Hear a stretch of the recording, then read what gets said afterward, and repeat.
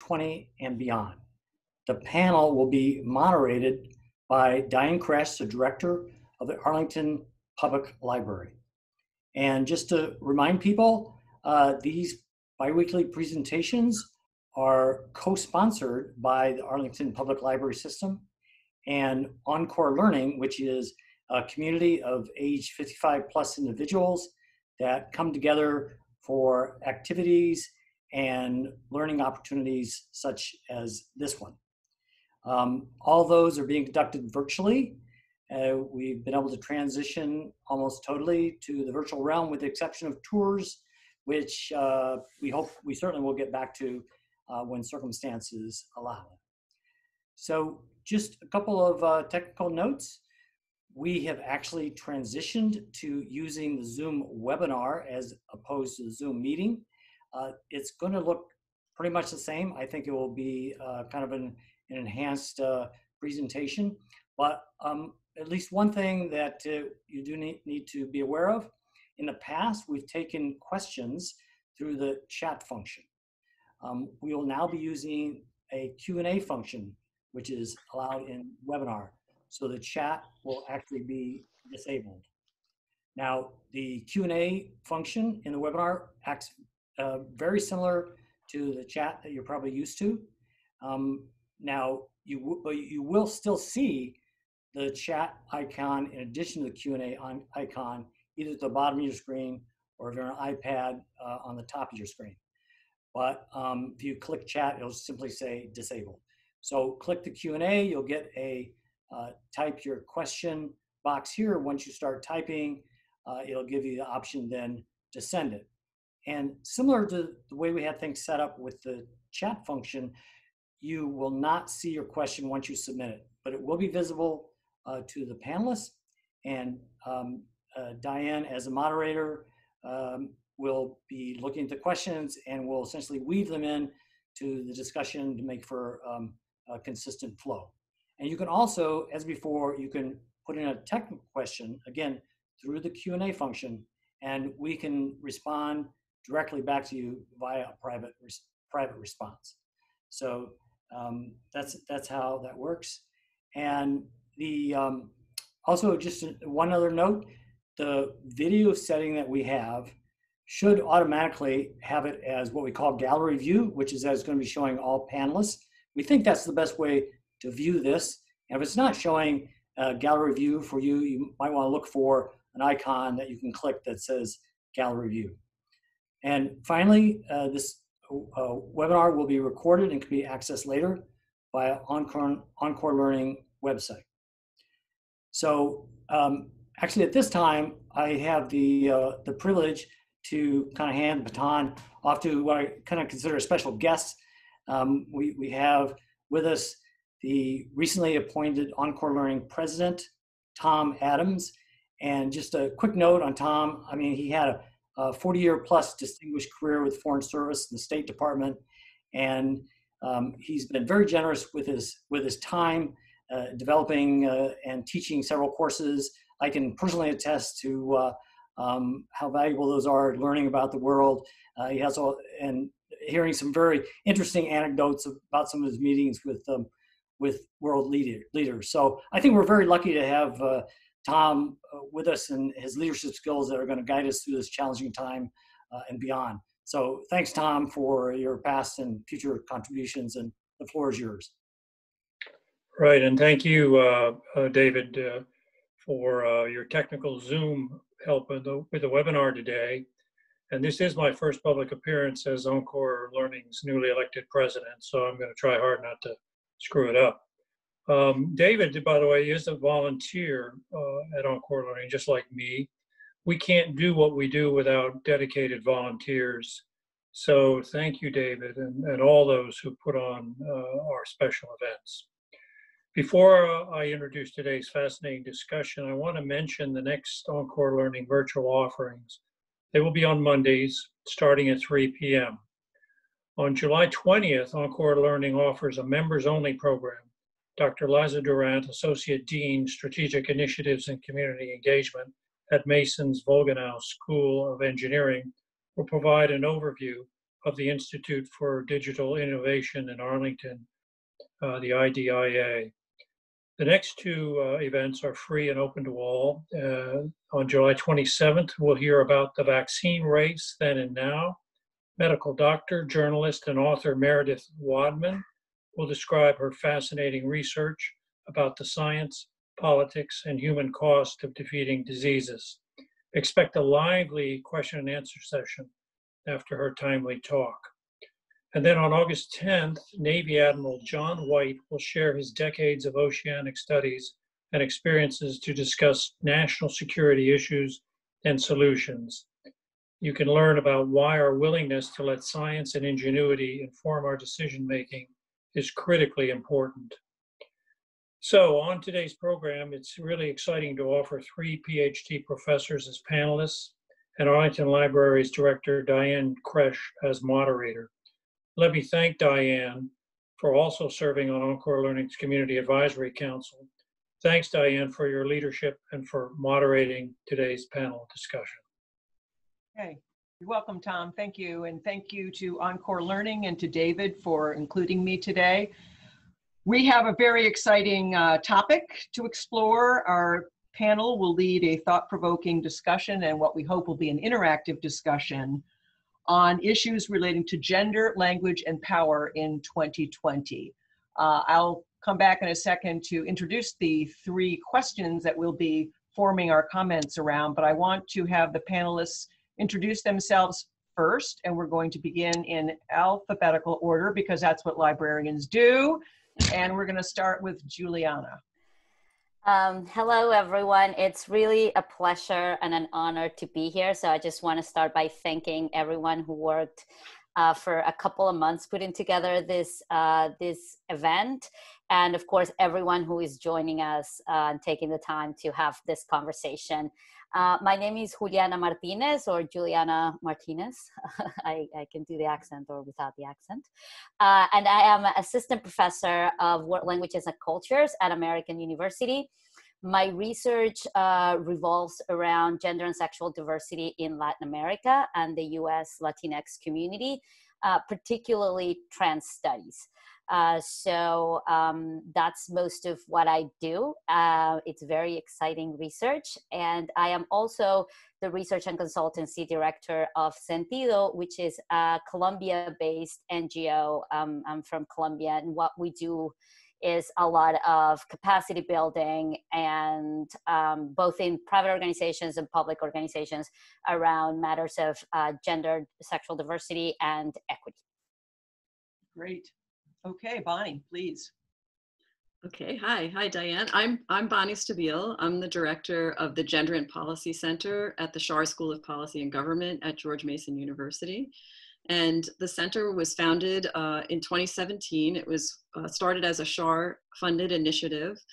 And the goal of the center is to bring to light disparities in the public sphere, mostly having to do with underrepresentation of women and transgender people in the public sphere.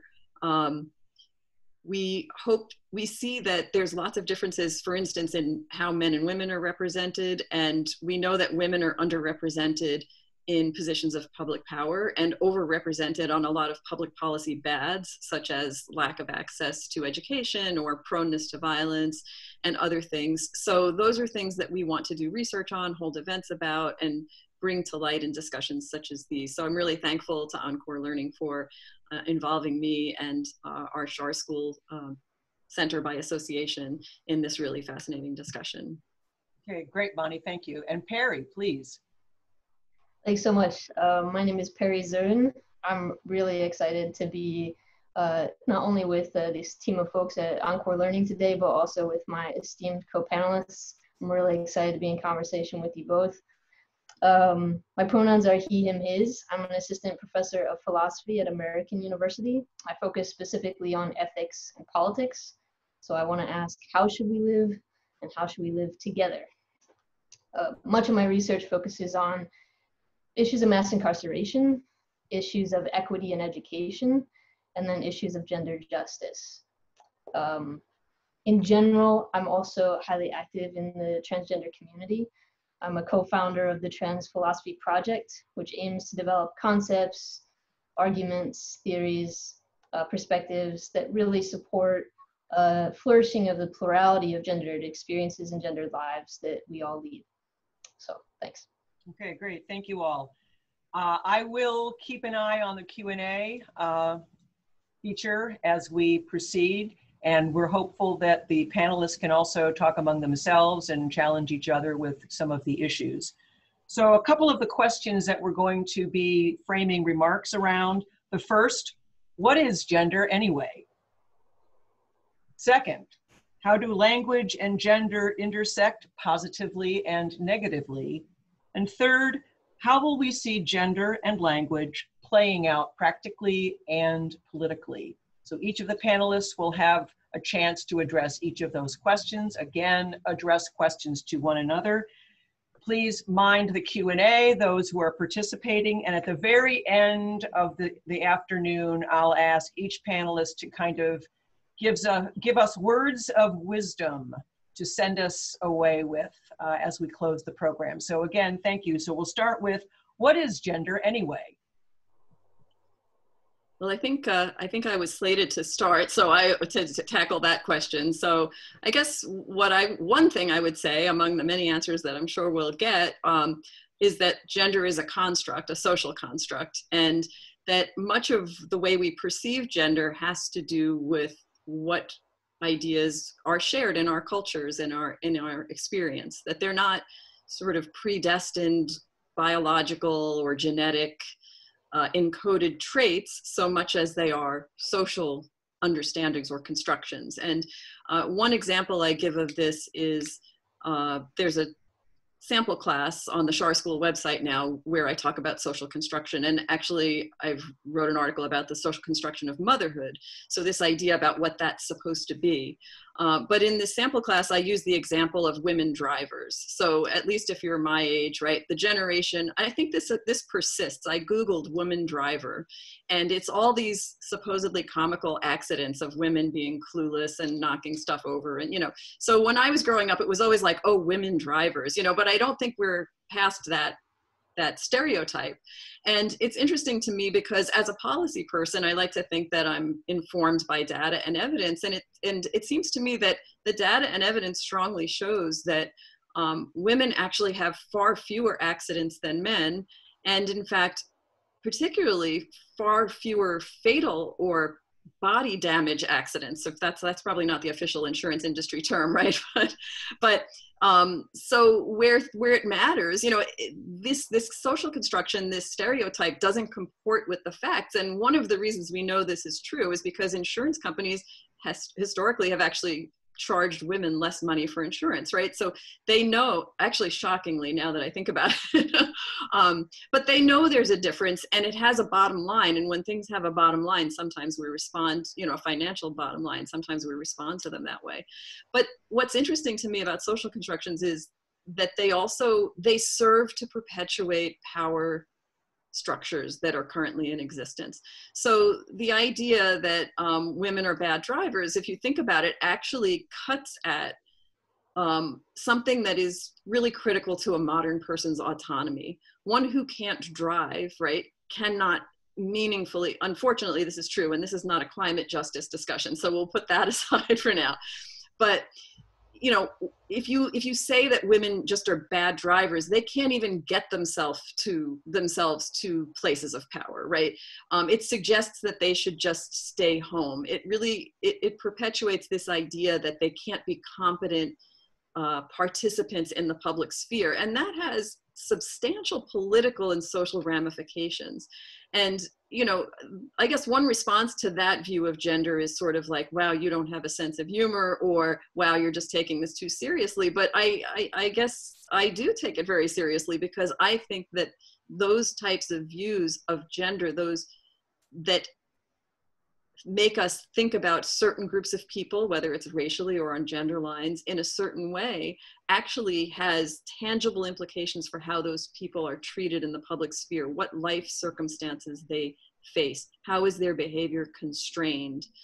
And that is really, I guess, the purpose of my work, the way I see it. to bring those things to light, to study those things, and to hopefully suggest policy solutions to mitigating them. Juliana or Perry, follow Yeah, on? I wanted to follow up on that because I think if I have to give any kind of answer to this very open-ended question about what is gender, gender is above all a system of power. And it is a system of power that distributes resource, opportunities, and rights unevenly along the gender binary. So there's men and there are women, and if you're a man, you have more opportunities, resources, and rights than if you're a woman, right? So gender, the way historically in the West has been constructed, it also has to do with this gender binary, this idea that there are two genders and only two genders, that every single person in the planet needs to be part of one of these only two categories. And the other thing that is, which is of course very limiting, because as Bonnie was saying, these two categories are marked by a series of stereotypes and expectations, right? So every woman should supposedly share certain characteristics like being bad at math or not being a good driver, right?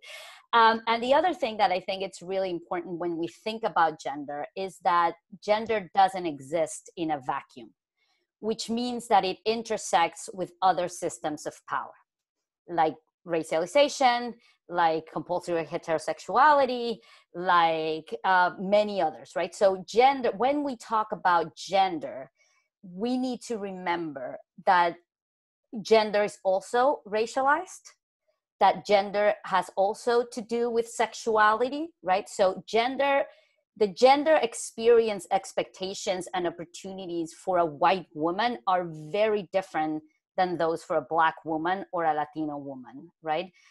The way a gay man is treated is very different than the way a straight man is treated, right? Historically, of course, the rights that, protecting white womanhood has been the reason of a lot of violence against Black men too, right? Or Latino men. So gender, there's no such thing as only gender, right? Gender is a system of power that works and is constantly intersecting with other systems of power. And when it comes to trans people, it is dramatic. So, for example, in Latin America, life expectancy for people is 77 years old, right? But the life expectancy for trans women is 35 years old. 35 years old. So it's less than half of cisgender known trans women. So that is dramatic. And that's not only gender, right? That's gender identity, that is class, social class status, that is education, that is racialization. So, so if I had to define broadly what gender is that gender has nothing to do with people's genitals. Gender is a system of power. It's a set of power structures that we build with the excuse of people's genitals and other reproductive organs. And gender does not exist in a vacuum. It is always racialized. It always has to do with sexuality. It has to do with gender identity and expression and other systems of categorizing people hierarchically in society. Great. Okay, so a system of power to categorize people. Perry, thoughts, follow up? Yeah, thanks for both of those. One of the things I want to sort of just step back and get on the table sort of a little bit more slowly is this difference between what we call cisgender and transgender people. So for cisgender people or non-transgender people, typically they are assigned a given sex at birth, so they're assigned male or they're assigned female, and even right there, there's an erasure of intersex people. So if you are born intersex, you're typically assigned, again, either to male or female simplistically. So there's already a diversity that's sort of erased in that very first moment. But then you are expected to grow in a certain trajectory in which you practice certain feminine things or certain masculine things, or you kind of embody certain stereotypes. It's such that you become an identifiable woman or an identifiable man. And for a cisgender person, that broad narrative fits well enough. What's interesting though, and I want to just pause here, is say that for all cisgender people, that like navigating that narrative is a unique journey, and is one in which cisgender people or non-trans people who say, yeah, born a female, now a woman, born a male, now a man, still every one of those chooses what that means for them. So that means what kind of social roles they want to inhabit, what kind of expectations that they do embrace for themselves, how closely they align themselves with the word woman or the word man, or the word, for example, I think a lot of women have different relationships to the word woman versus lady versus Ms. versus ma'am versus, you know, and that means that cisgender people are kind of breaking a little bit with this binary that it's just this two options. They're very cleanly separable, right? But there's always this, like, even with cisgender people trying to find space for who am I, what kind of a gender do I have, and what other women share that gender, or what other men are men like me, right? For transgender people, however, that whole narrative just doesn't work. Just doesn't work in any number of ways. And so transgender people, we use this word trans, which means across, and in some way trans people are working against that narrative, that forcing of oneself to develop in a particular way and to represent a particular sort of gender expectation. And we do that in all kinds of ways. So we understand ourselves, we may understand ourselves as trans quite broadly or simplistically. We might call ourselves transsexuals, many of whom will navigate sort of medical transitions specifically. Some of us are agender, that is, find ourselves not having a gender at all, just like, no thank you. Other folks choose the language of non-binary, which means whatever this system of male, female, man, woman thing is, just I'm out, and making up some other world over here, making it up in a creative sense, in a reflective sense, and in a there's more already happening in the world than you know, right? And then there's gender non-conforming people or gender queer people, who many gender queer people understand gender queerness as a playful reaction to the expectations, an unsettling of the things that we've inherited, the expectations we've inherited. So I think transgender people as an umbrella term are doing a lot to create more space in the world of gender, but I did want to frame it in such a way that you see that I think all of us are, that because precisely the gender binary is a construct, as Bonnie said, and is a system of power, as Juliana said, it doesn't work for people, right? For people on all sides. There just isn't enough room in that kind of narrow way of thinking of two kinds of beings or two kinds of ways of doing things. Okay, well, we're starting to get some questions, and one of them relates to the series of definitions, Perry, that you just provided. Someone wants to know what intersex means. They would like a definition. And then I have one more question that's pertinent to what we're talking about here before we move on. So Perry or other panelists, intersex?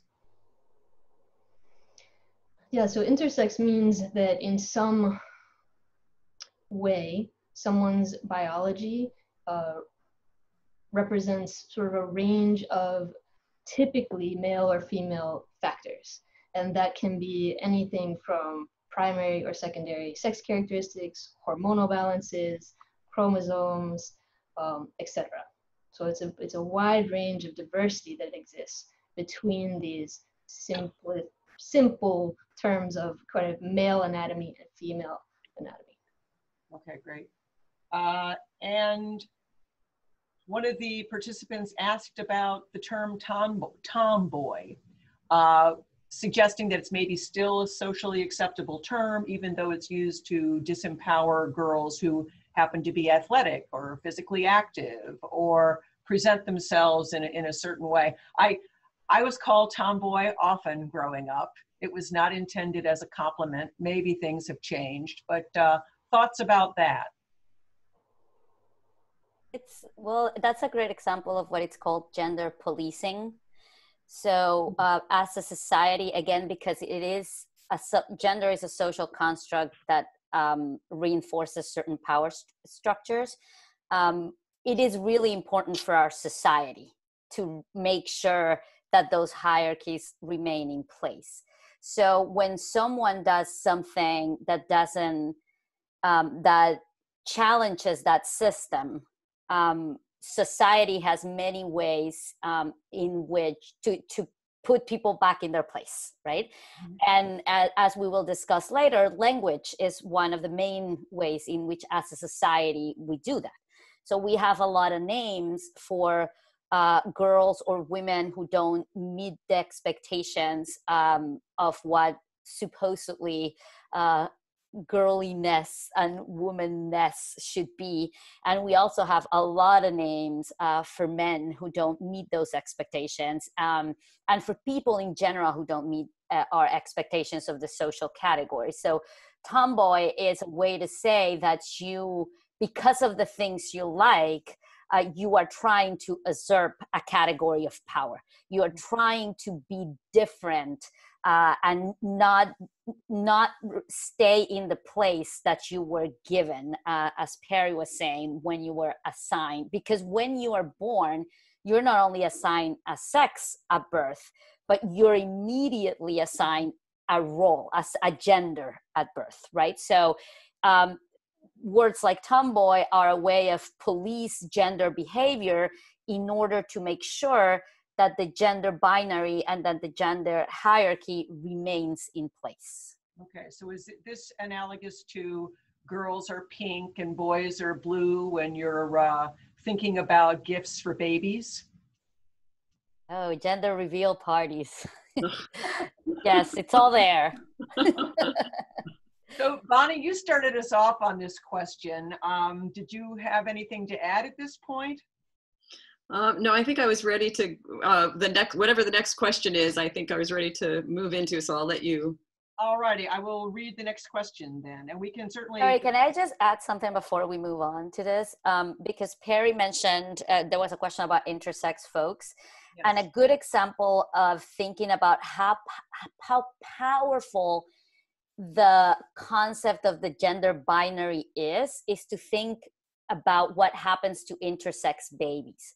So as Perry said, intersex people are those who are born with atypical sex characteristics. So people that for whatever reason cannot be neatly classified as female or male. And the answer we have as a society is to surgically intervene infants who have no way of consenting with irreversible surgeries that are not medically necessary, so their genitals look like what a gender binary genital would look like. So even when we are faced with a body that doesn't match our expectations, our answer as a society is not to say, maybe there aren't only two types of body in the whole planet and the whole humanity should match these categories. Is to say, we are going to change this body without the consent of the person so that it matches what we want bodies to look like. And there's a lot of very, very good and historic activism on the parts of intersex folks that are still fighting against these surgeries taking place today in the United States. And they're still going on. So that is a good example to think of the power that this construct has and the violence it creates. Sure, okay. Last comments. We did get another couple of questions, but I'll hold them until later because Bonnie's ready to move on. So I'm going to read the next question. How do language and gender intersect positively and negatively? Well, I guess what I was thinking about, the way that gender and language intersect, of course, I'm thinking of the political realm when I think about that. And one way I've been thinking about this is that how we talk about gender perpetuates, I like Juliana's characterization about gender policing in a way, or things that underscore rhetorically existing gender constructs and their associated power structures. And I'm working on a book right now, and one of the chapters is about the bully pulpit, right? How the president uses his power for certain things. And we're analyzing Trump tweets, so you can only imagine what that's like. And you know, so it doesn't, when I think about that, I think, well, it's not a very nuanced analysis in the sense that the president is really just insulting to everybody across the board. But what's interesting to me is the way in which those characterizations are gendered in ways that are meant to keep women out of certain positions in the public sphere. So as an example, two of the words that he's used, well, one word is wacky, which I know sounds like a ridiculous word, and it's really just silly and superfluous. But the word wacky, it turns out, has used many more times about women than men. And, you know, it seems to me wacky, I think of like silly or, you know, crazy, or, you know, not really knowing what you're doing. And in fact, you know, the people against whom he's used such words, that's the characterization it's meant to perpetuate. And another way that he uses language is, it resonates, and I'm sure that he's not consciously thinking about this, but Martha Nussbaum, the scholar from the University of Chicago, wrote a book called Sex and Social Justice, but also a book called Hiding from Humanity. And in that book, she talks about the ways in which power structures have kept people in place based on the fact that, frankly, historically, people have been disgusted by women and non-gender conforming people. And some of the things that Trump says in his tweets and in his comments bring up these ideas. So you may recall that he famously talked about women bleeding. There are a few notable circumstances: bleeding from her wherever, or bleeding from her face, right? And there are places in the world still, and historically have been, that women's bleeding or menstruating has been a reason to keep them out of public spaces because it's considered disgusting, right? So his bringing that up, you know, whether consciously or not, evokes this idea that women should be otherized and kept out of these places of power. And I also found an article back when Trump was being sued by somebody, and the prosecuting attorney needed to take a break to breastfeed her child. And he loudly and angrily shouted that she was disgusting when she asked the judge to, you know, let her take a break so she could use her breast pump.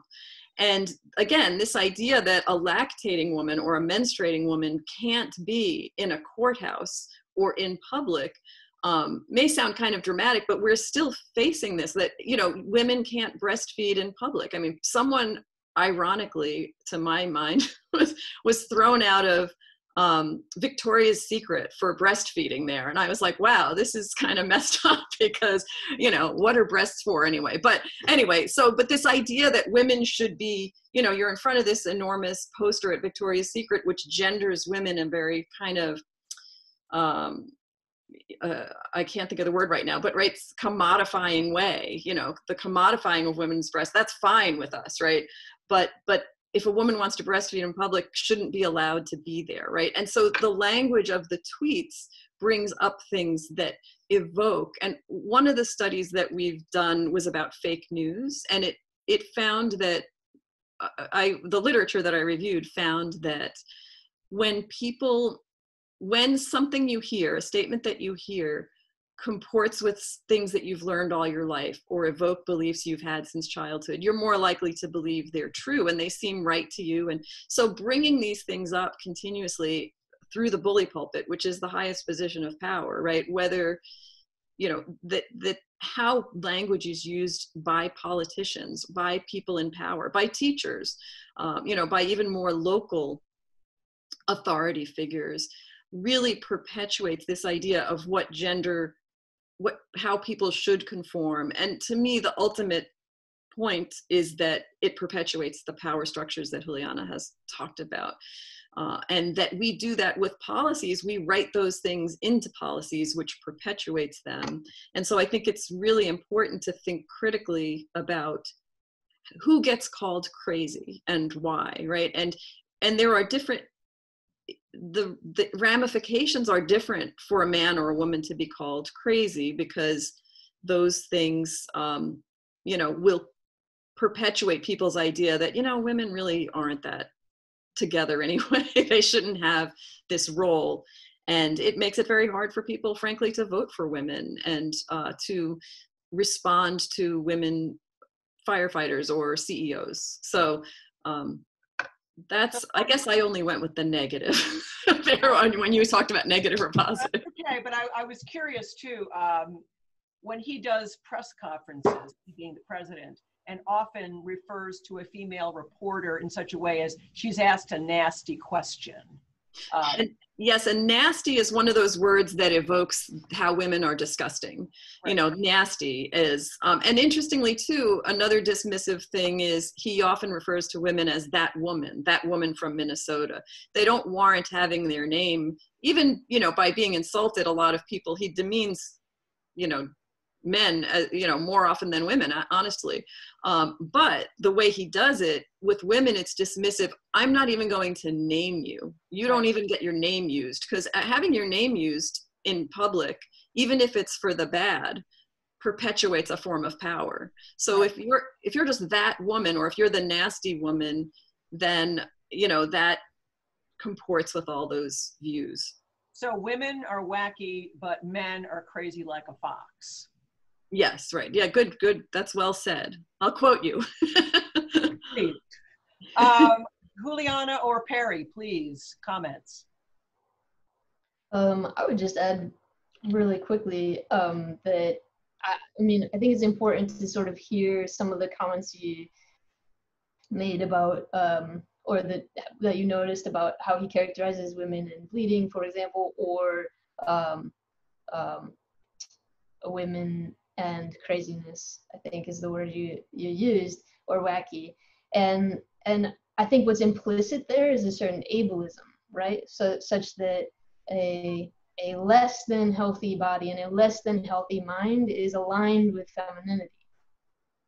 And that what's lifted up when you lift up masculinity or men is an able mind and an able body. And so there's this other intersection that gets kind of folded into the misogyny there. That's important to just mark. But I'll let Juliana perhaps have your full answer, and then I'll kind of come around at the end. So I think there are two things to think about when we think about the intersection of language and gender, which of course, as our title panel of the panel says, it's also power. It's the first one is that the limits of our language are the limits of our world, right? So we cannot be what we cannot name. And I think this is really important when we're thinking about language and power in general, not only gender, because again, as I said, gender is also about race, it's about sexuality, it's about gender identity.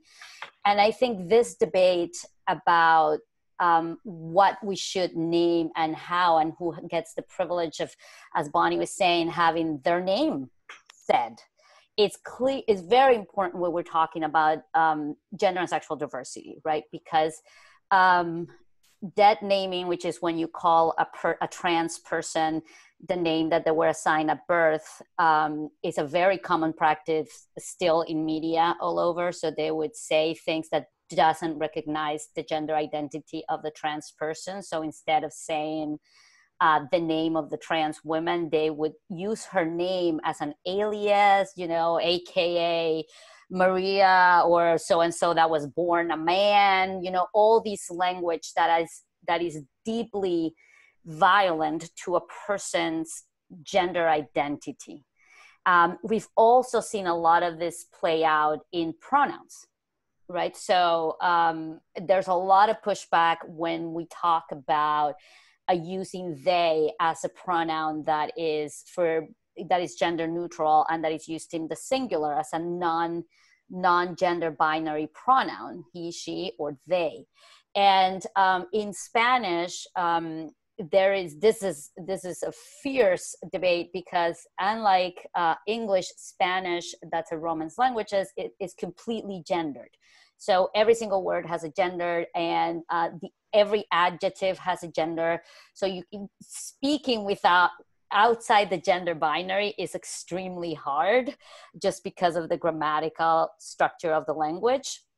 So there's a lot of resistance around what it's called inclusive language, the use of inclusive language. But when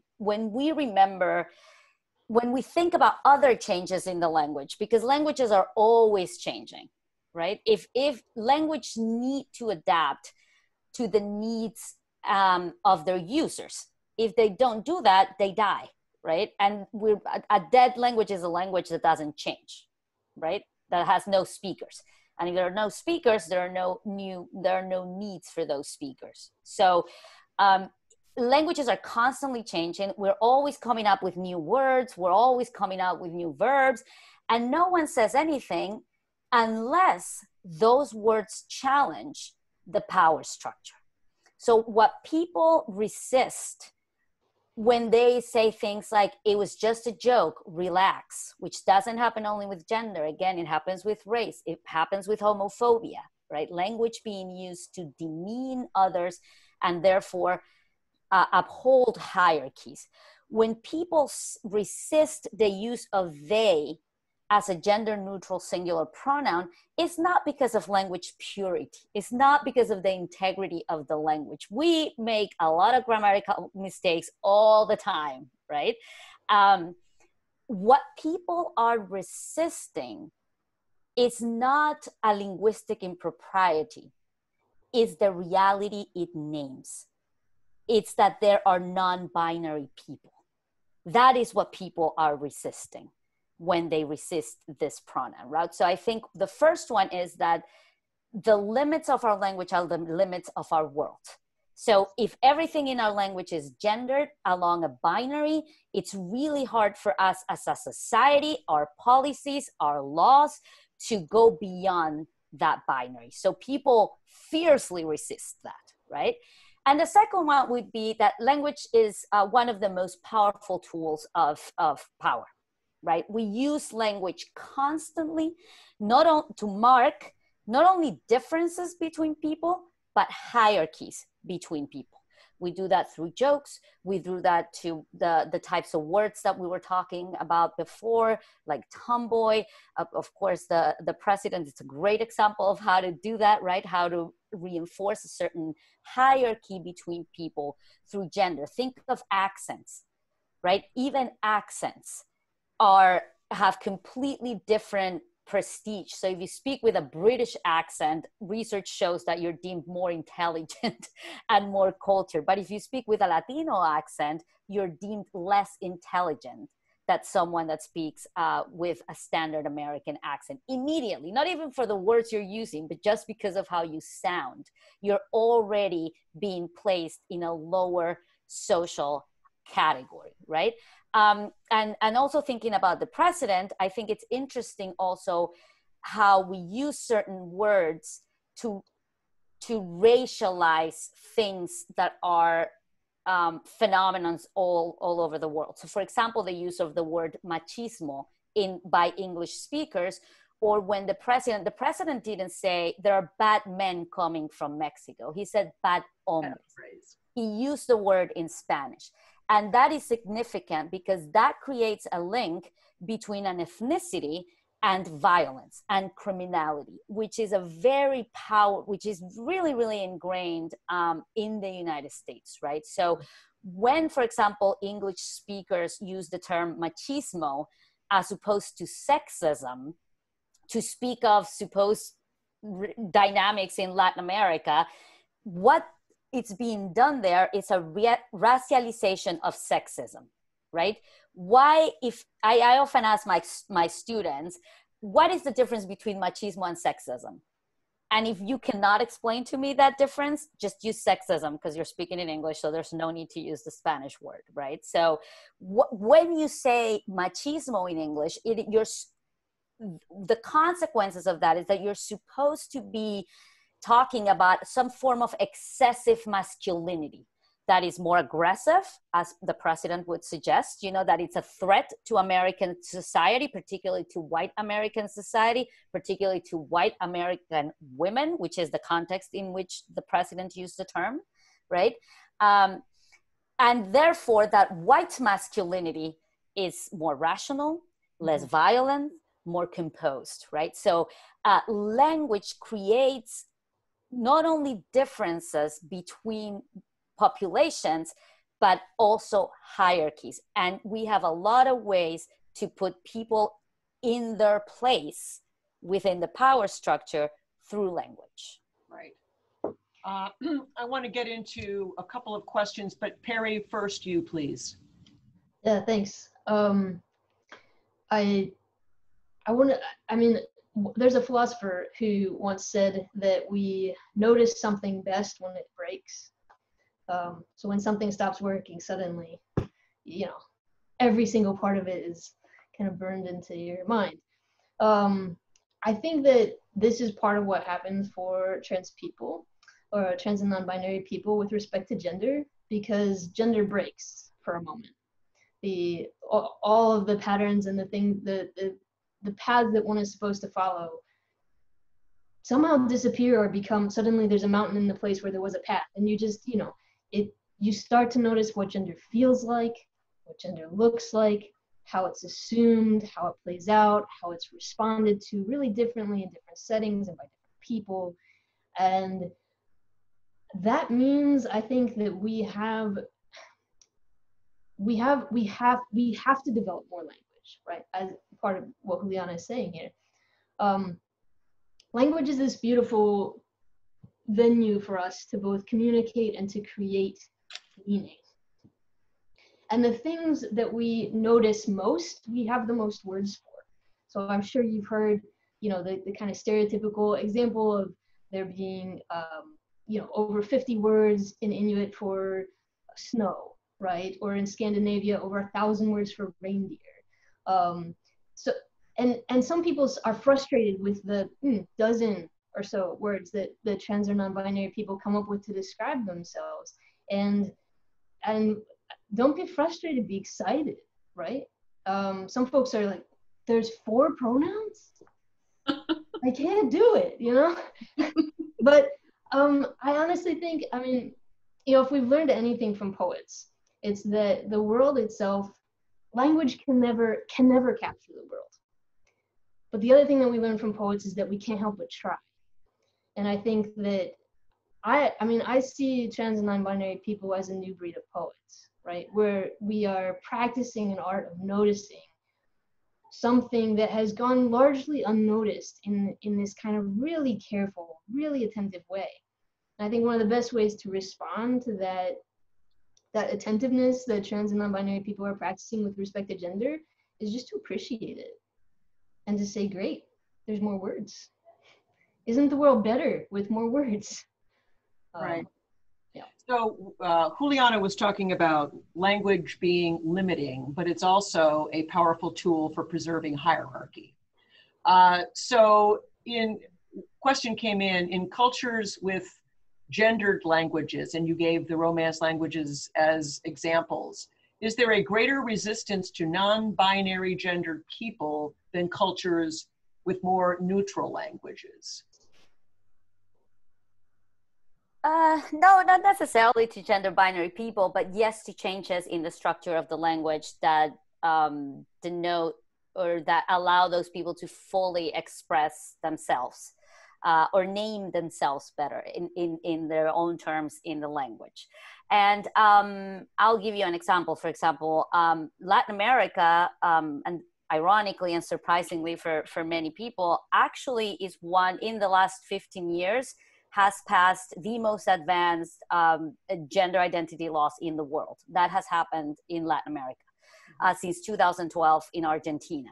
So actually in Latin America, in many countries in Latin America, depends on the country, trans people have more rights than in most states in the United States, right? So you have a gendered language that nonetheless recognizes gender identity and inscribes people's rights to their own gender identity in the law, Okay. more than in a much more gender neutral language like English in the United States. And is there an inclusive pronoun in Spanish? Yes, so the way it works is with the E. So folks who may know some Spanish or may remember some high school Spanish know that the O is the masculine, so amigo, it's a male friend, and amiga, the A is the feminine. And then so Spanish came from Latin. Latin, all the Roman languages, French, Portuguese, Spanish, come from Latin. Latin used to have a neutral gender. So Latin had male, female, and neutral language. So there are some remnants in different Romance languages that account for that neutral particle. In Spanish is the I. So for example, the word student, estudiante, does not change if it's the female student, unlike amigo. The word estudiante doesn't change if it's a female student or a male student, as el estudiante or la estudiante. The E remains the same.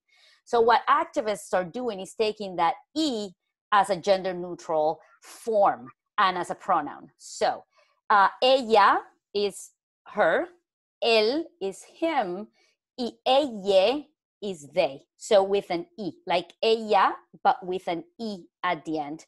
And people also say things like amigue, so instead of amiga, amigo, amigue, or bienvenides instead of bienvenidos or bienvenidas, right? Welcome. With the E, that's how you mark it in Spanish and Portuguese, actually, as well. Okay, great. And to Perry's point about more words, we need more words. What can society set as good goals for itself regarding gender pronouns and speech and new forms of language to describe what we're dealing with? Yeah, I think it's most important to follow the lead of people who are marginalized when it comes to gender, and that can mean listening to women and women's experiences and the words that they use to describe it, right? And the stories that they tell. And the same for trans and non-binary people. Don't come up with your own words for them or pronouns for them, but listen. We're doing a lot of work, we're doing it in community, and we're generating things that are really meaningful and kind of on point. So just come on board for it. I think that's what we can do. Does the media have a negative role or a less than positive role in shaping and reinforcing some of these hierarchies in terms of how they present the news or remarks that the president has made?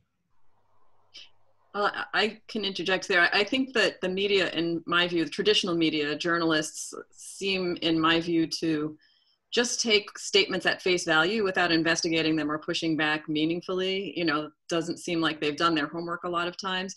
And certainly with nuance of language, I really appreciated Perry's comment about ableism being brought into the discussion, because one of the terms, stamina, right, is one of the things that was frequently talked about and tweeted by Trump about Hillary Clinton didn't have the stamina. And that was one of the fake news stories, was this overemphasis on, you know, she had a brief fainting episode, but it was played out, you know, there was all this speculation about her health, but that was also very gendered, because this idea that women aren't constitutionally, and I mean, you know, as in the body, fit to lead. They don't have the right, you know, equipment, so to speak. And I just noticed, I happened to hear a commercial about Joe Biden where they were using the same thing about stamina, right? So talking about he doesn't have the stamina, and that, for that interesting word, to me, evokes male power, and you know, that's how it was used. And I think that to the extent that the media simply parrots tweets, right, gives them much more traction. Whether it's good or bad, once you reiterate something, it puts the idea in people's minds. So this idea that, you know, Hillary Clinton didn't have the stamina, or women don't have stamina, which comports with a view that women are sort of these wilting flowers that, you know, can't hold up in, you know, what it takes to do in a man's world, then makes it easier. People were more likely to believe those tweets, those ideas about Hillary Clinton, the fake news stories, than they were to believe real news stories about things that Trump had actually done. So we actually found that people were 4 times as likely to think of Hillary Clinton as a liar than they were of Donald Trump.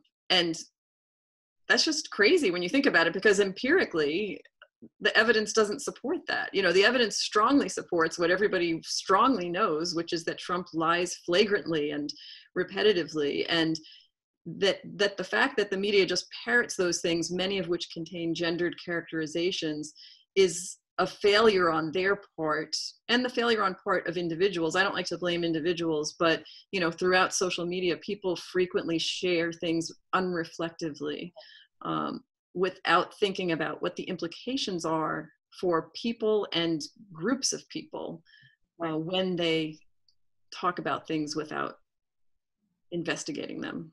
Right. Okay. They lend them further credence.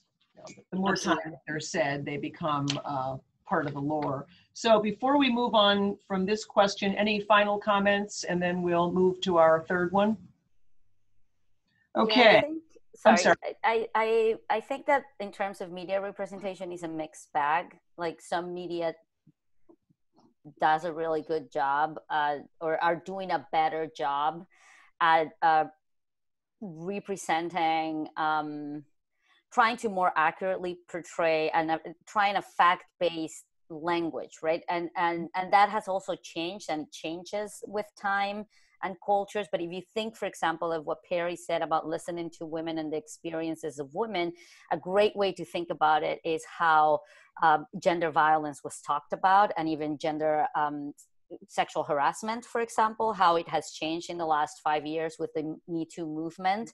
The language is used is very, very different to how, for example, gender violence as a crime of passion was constantly talked about before, and kind of re-victimizing women for what they were wearing, and talking, you know, articles would talk about what the victim was wearing and what the victim had to drink. And, Right. and so it was all about judgment of the woman who faced the violence, and not the man that committed it, right? And there's a lot of that in our language still, but we can also see, to Perry's point, how change also happens, and it can be very empowering. Like, when you think about the way the media speaks about gender violence right now, how the media talks about sexual abuse, sexual harassment, is very different than 15 years ago, 10 years ago, and even 5 years ago. And that is the direct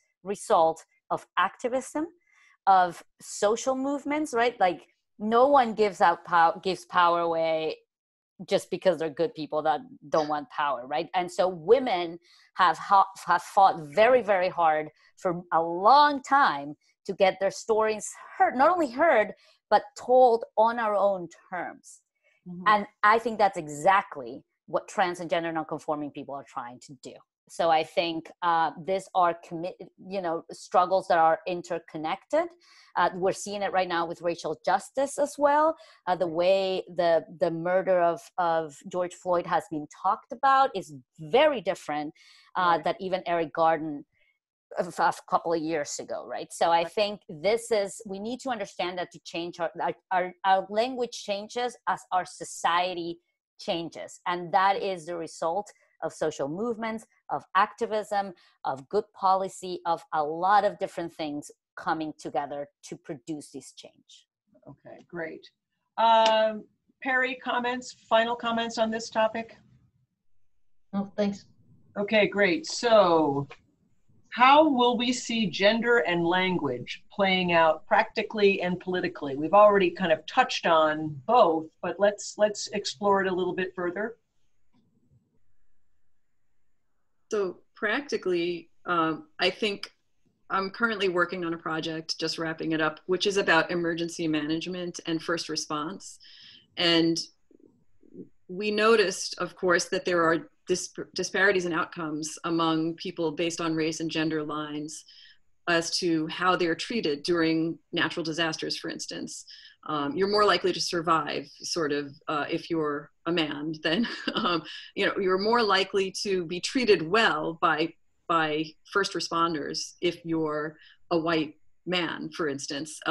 So anyway, we have plenty of evidence that there are disparate outcomes. One of which, for instance, is if you're a woman and you call the ambulance because you have chest pain, studies have shown that you are less likely to be transported to the hospital, less likely to receive an aspirin from the first responders, and less likely to be given pain medication, and interestingly, they're less likely to use a siren when transporting you to the hospital.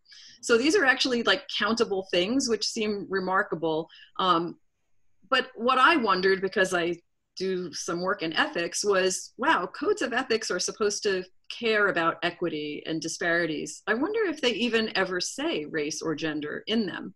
So we did a study of about 30 or so different codes of ethics from organizations that do emergency management and first response. And what we found is that almost none of them mention race or gender, and very few of them talk about equity in any kind of meaningful way. And they do talk a lot about professionalism, right? That how you should be fair, or, but it's all focused on the service provider, not on the outcomes in populations. And to me, the reason we care about all this stuff is for practical reasons. And those practical reasons are morbidity and mortality. You're less likely to die or suffer as a result of the service that you're provided, right? So if the ambulance is not going to transport me if I have chest pain because I'm a woman, even if that only happens in a small percentage of the time, the disparity isn't great there, but it's life or death. And so practically speaking, as both Juliana and Perry mentioned, I think if it doesn't get named, and this is a truism in management science, right? If it doesn't whatever gets measured gets done, and what Juliana was saying is what doesn't get named doesn't get attention, doesn't get done.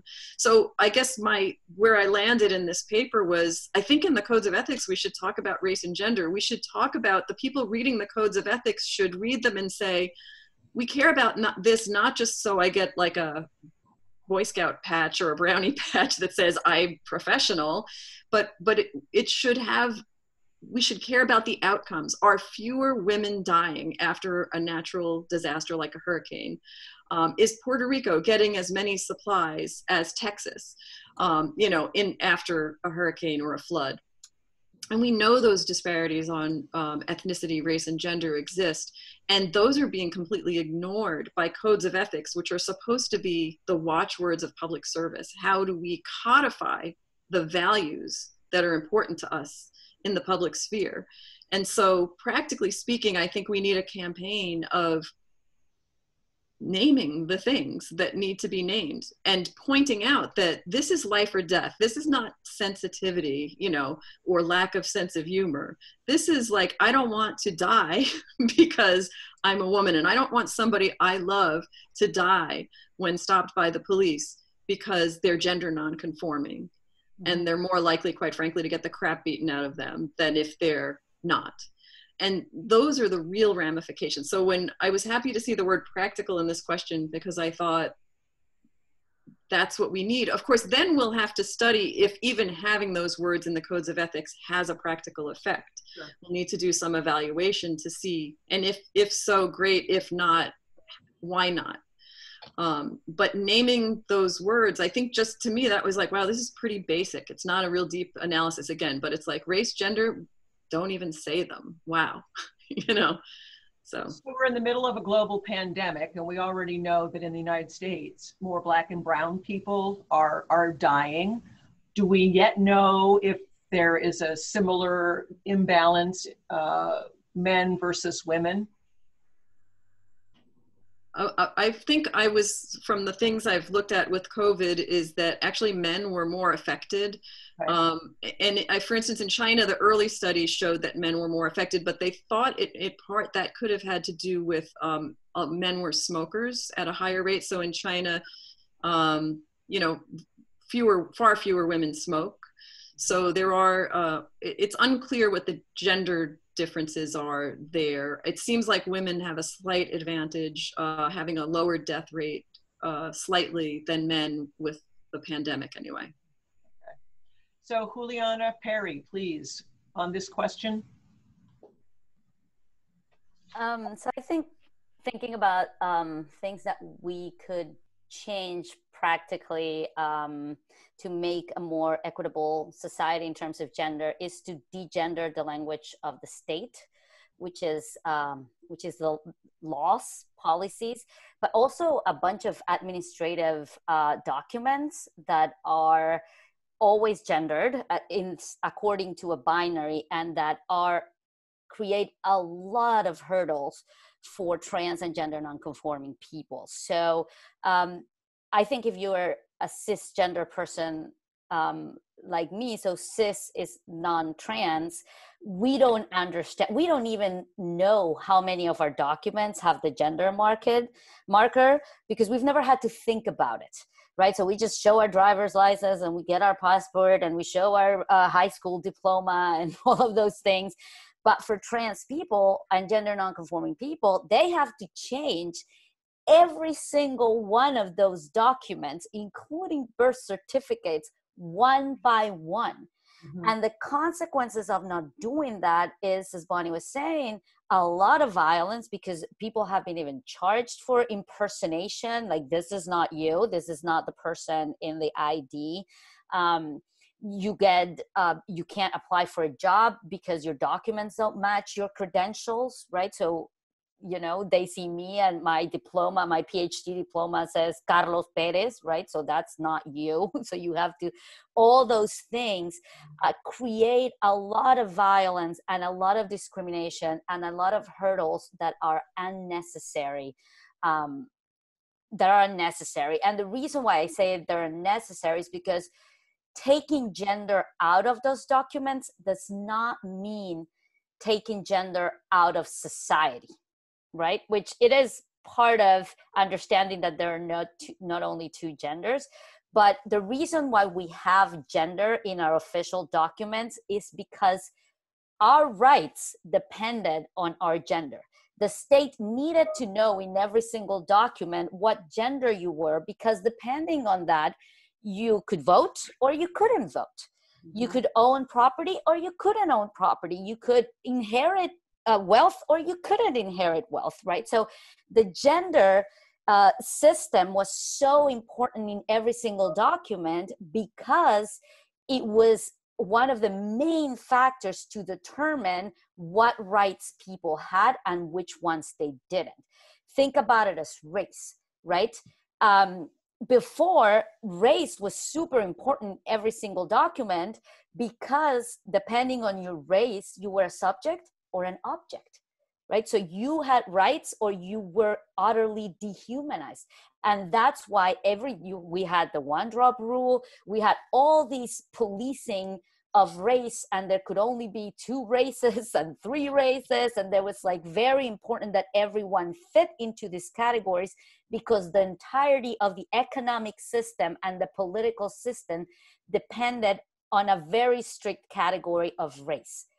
With gender, it has been similar. So as we gain equality, if we are saying you cannot be discriminated for your gender, you have equal rights regardless of your gender, the language of the state and of government needs to stand by that. And that means that we don't need a gender binary in every single one of our official documents. And that creates literally space for trans and gender nonconforming people to exist for the state. Okay. So Perry, we have so far codes of ethics and emergency management and the language of the states, remove the gender qualifications. Thoughts, and then your own thoughts on the conversation? Yeah, so I would add or underscore the tremendous hurdles that are involved in changing names or gender markers on identity documents. I think it's It's really stunning. You can read about it, but when you actually face the difference between, checking a box in order to switch your last name when you get married versus the many, many, many steps and checks involved in changing a first name for a gender, for reasons of gender, it's mind-blowing. And it just indicates that, I think, Juliana, you mentioned earlier, sort of compulsory heterosexuality, which is a way of saying one is expected to be straight and one is expected to express that straightness through marriage at some point. It's embedded in our country that one's name is tied to marriage more than to who you are, how you understand yourself, how you want to represent yourself to the world. That's weird. So that's one big place. I think we really need to think more carefully about bathroom policies or public accommodation policies, because the ones that predominate in most areas in the US simply leave trans and gender nonconforming people to fend for themselves, and to try to squeeze in and out of a place, always knowing they could be kicked out or assaulted in that place. Or to hold it, which a lot of people do, and then develop health problems because of it. So I think that this is like really fundamental, right? Being able to be a body in a public space. We need different laws in order to make that more possible. And I don't think you really understand until you've lived it, how much your entire frame of reference is, where's the next safe restroom? Where is it? Is it in the state? Do I have to go to the next state? And that's a really tough thing to carry. So I think that's a huge issue. And then I'll just add one other kind of example of practical policies, et cetera. Recently, in the last few years, Trump instituted the trans military ban, as it's called. Right. And the two main reasons for doing that were that trans people are a disruption to unit cohesion. That was number one. And number two, we're expensive. And there's many things that could be said about this, but the fact that trans people are perceived as a disruption to unit cohesion simply says something about unit cohesion, right? What is the thing that binds us? What is the thing that holds us together, that creates belonging? If it is a gender binary, of course someone who doesn't fit that is going to disrupt that. But it doesn't have to be a gender binary. That doesn't have to be the thing that holds us together. We can choose something else, just like racial hierarchy is not the thing that needs to hold us together. We can choose something else. So one of the participants earlier asked a question about talking to young people. A student, for example, who is gender questioning. A friend of mine had a child who went through a series and finally made different choices after for many years being non-binary. So how early is it? You all work in the university environment, but do we need to have these conversations beginning earlier? Or is that maybe not practical? Is that maybe more aspirational? No, it's hugely practical. The amount of pain and suffering that would be relieved if we talked about this earlier is phenomenal. Okay. The earlier, the better, actually. I mean, adults, the older we get, the harder time we have with this. Kids get it. They're not surprised by it because their world has no limits. And children know who they are. And often it's adults that have a hard time listening. But gender nonconforming kids, trans kids, they know who they are. They may not have the exact language to say it, but if we listen, if we're not so adult-centric, and we stop using children as an excuse to uphold our own prejudices, we can actually learn a lot from kids. And their willingness to embrace and explore and create, I think we could use a lot of that as adults. And I could just I interject, and I think, so to your question, Diane, I would say that then that is aspirational, because adults are the roadblock, you know, and when we try to do these things in schools, and I can even speak for the idea of teaching something more than abstinence-only education, for instance, right? Teaching evidence-based sexuality classes. I mean, I can say when I was a child or I was a teenager, we had health classes and we learned a lot about flossing and stuff. I later learned that we were supposed to be having a class on sexuality, but we didn't, which is why we had, all we talked about was dental hygiene in my recollection, right? But how these things get implemented, because people are afraid. Right. And it is because it does uphold those power structures. We want things to be how they were, and we're going to enforce that on the next generation, you know. And so my observation has been that these things get handled very badly. So even when I see what my kids, I assumed for bad reasons were getting, you know, I just assumed, oh, it must have improved since I was in high school, you know. But I feel like their education wasn't much better because they had to write their questions in these classes on little cards, and the teachers weren't allowed to answer questions about homosexuality or abortion, for instance. Well, you know, so there were things that were like, yes, we're having a class on sexual health, but there's things you can't say. You have to write them on a card, and you know, and that I have a hard time seeing how that's going to change, because, and I think it has to be cultural change and social change. And Juliana at least raised some positive notes, you know, about people being able to think their way through activism, right? That activism, and we have to continue to bring awareness to these issues through other means before we can hope to see in either federal or even local government, if you think about the school districts, like who's going to allow that conversation? Right. I think you're absolutely right. And as an aspirational thing is a beautiful thing. And I think Perry is right on point to say that that would be something that would mitigate suffering, which is, I think, what should be one of the central purposes of policy. But I have a hard time imagining in the near term how that would be implementable based on what I've observed around other questions of sexuality and health, for instance. So if I were a library director, how can our public institution that sees children 0 to 18, how can we help influence and make a safe place for conversations of this kind? One of the big issues would be to expand your collections, right? Mm-hmm. To include not only things about really, I mean, yeah.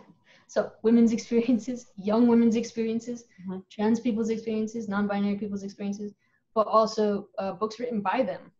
I think uplifting authors who actually hold the identities that the stories are about is a big way to help the community, as well as all the folks coming into the library.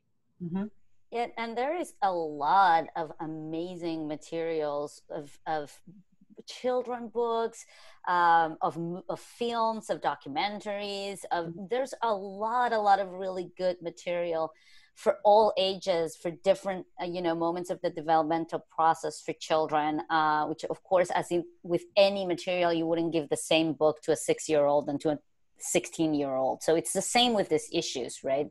And I think, as Perry was saying, like thinking of acquiring titles that are not only about women or about trans folks or about gender nonconforming folks, but actually written by or produced by, it's a huge difference. And being aware of the intersectional aspects, and not all women are white, not all trans people are white, so having diverse experiences as well is really, really important.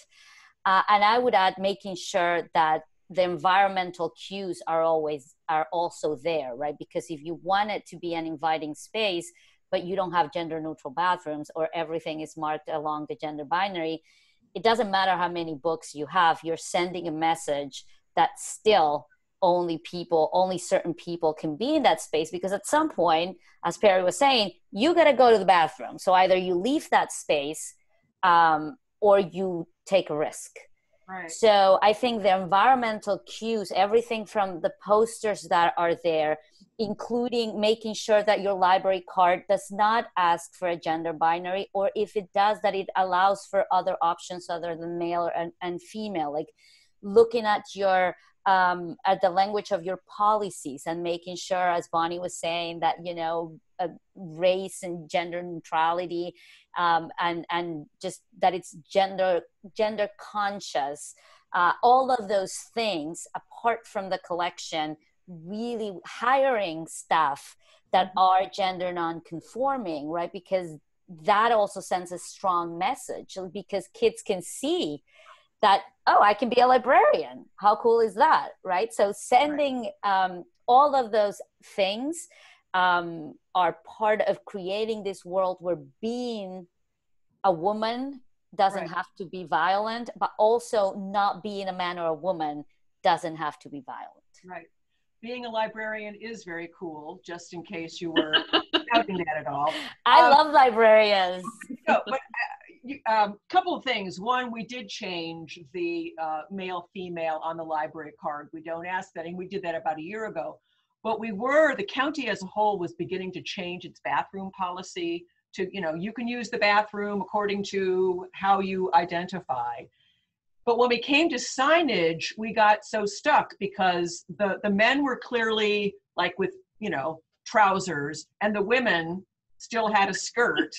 And we, you know, I'm serious. And like, so where do you start to be more flexible around that? So, I mean, we have language is one thing, but just these symbols are everywhere of the woman looks like this and the male looks like this. I mean, the baby we weren't too worried about, but it was definitely the male and the female. So food for thought. Bonnie, any more thoughts? Well, I think my thought was I wanted to pick up on things Perry said because they were so hopeful and poetic, but this idea of poetry and possibilities. So, you know, as we get close to finishing, I really liked his characterization of like, this gives us more possibilities. It's not constraining, it's enabling, you know, it's opening. And that's so good for me to hear, because honestly, I think I'm getting a little gnarled up from analyzing Trump tweets and things, you know. So I was like, oh, wow, this sounds really good to me. You know, these aspirational, hopeful things, and the idea of evoking poetry and possibility. I for one, am going to take that with me from this discussion, because I need to lighten up a little bit. And, you know, it can be, you can go into those dark spaces, right? Where you're just feeling like, oh, how are we ever going to get this right?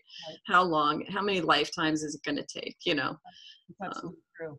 Well, the women's getting granted the right to vote took what, a long time, almost 70 years or something. And it didn't even affect all women. So little steps will make change. Who would have thought with Black Lives Matter that we would be where we are at this moment? Who would have thought 5 years ago that gay marriage would be legal? Couple of things. We are at 4:22, so I'd like to ask participants if they have any more questions to forward them.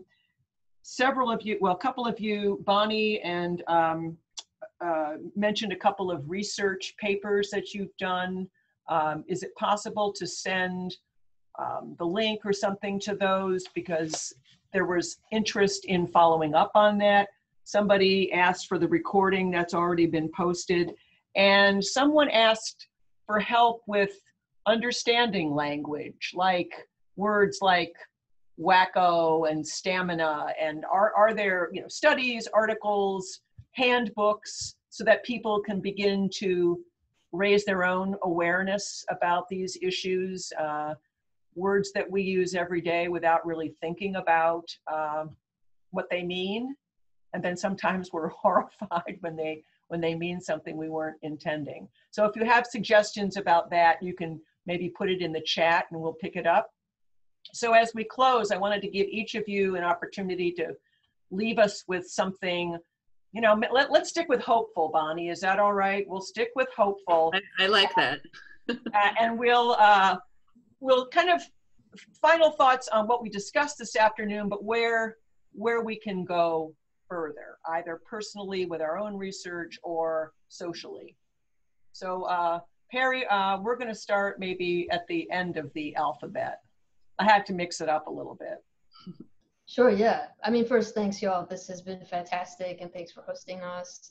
I would say one basic takeaway is that to remember that you can't know someone's gender in advance.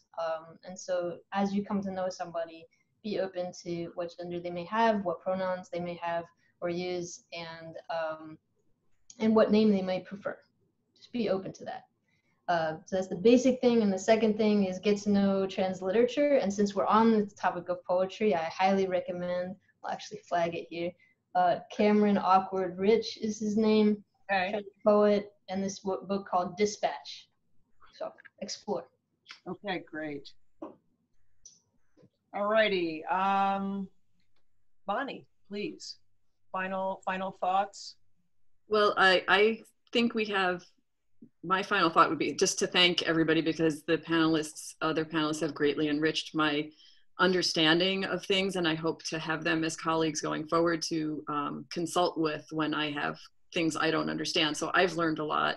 And the other thing I can say is one of the great privileges of being a professor is having students, and I have learned an enormous amount from my students and also from my adult children in advancing my own thinking in this regard. So listening to the upcoming generations is so important, and that offers tremendous hope because their insights and viewpoints really have expanded my thinking greatly, and that, you know, we have this evolution of thought and things that in some ways things are, you know, it's Groundhog Day and some issues are still the same, you know, and I think, oh my gosh, I graduated from college how many years ago and we're still talking about the ERA? I mean, you know, there are those days, you know, but then, I mean, when I teach only graduate students and they're amazing, but particularly when I am involved with events on campus with undergraduates, I'm always bowled over by their amazing insights and how they're advancing things and how they have that like passion and activism and hope. And so that's the thing that I have to, you know, meditate upon, because honestly at my age I'm getting a little crispy around the edges. It's kind of be hard with these topics.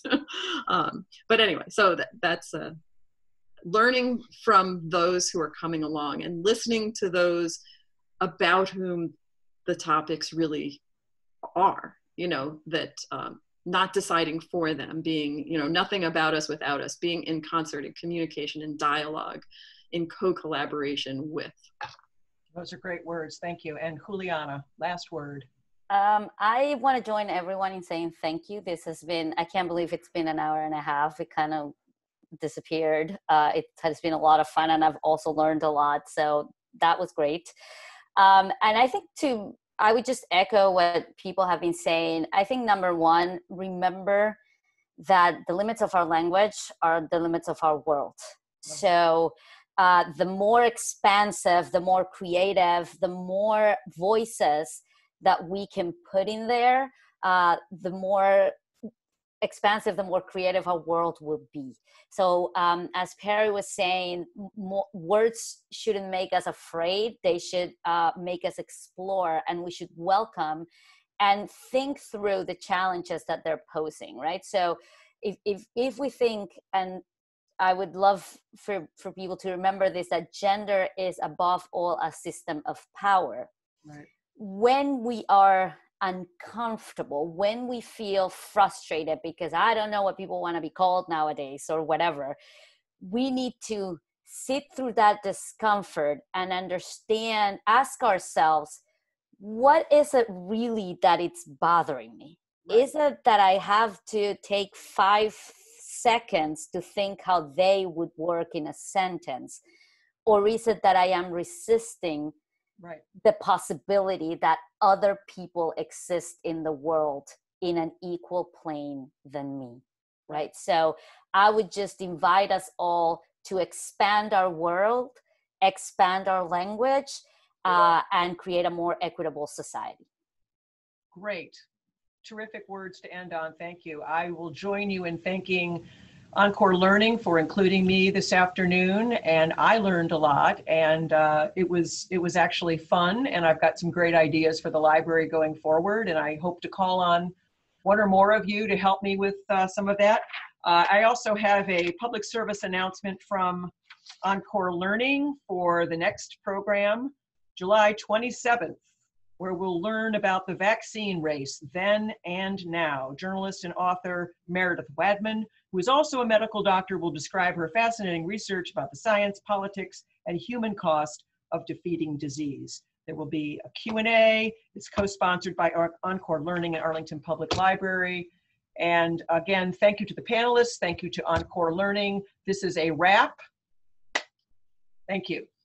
Thanks, Diane. Thanks. Good to see you. Thanks, everyone.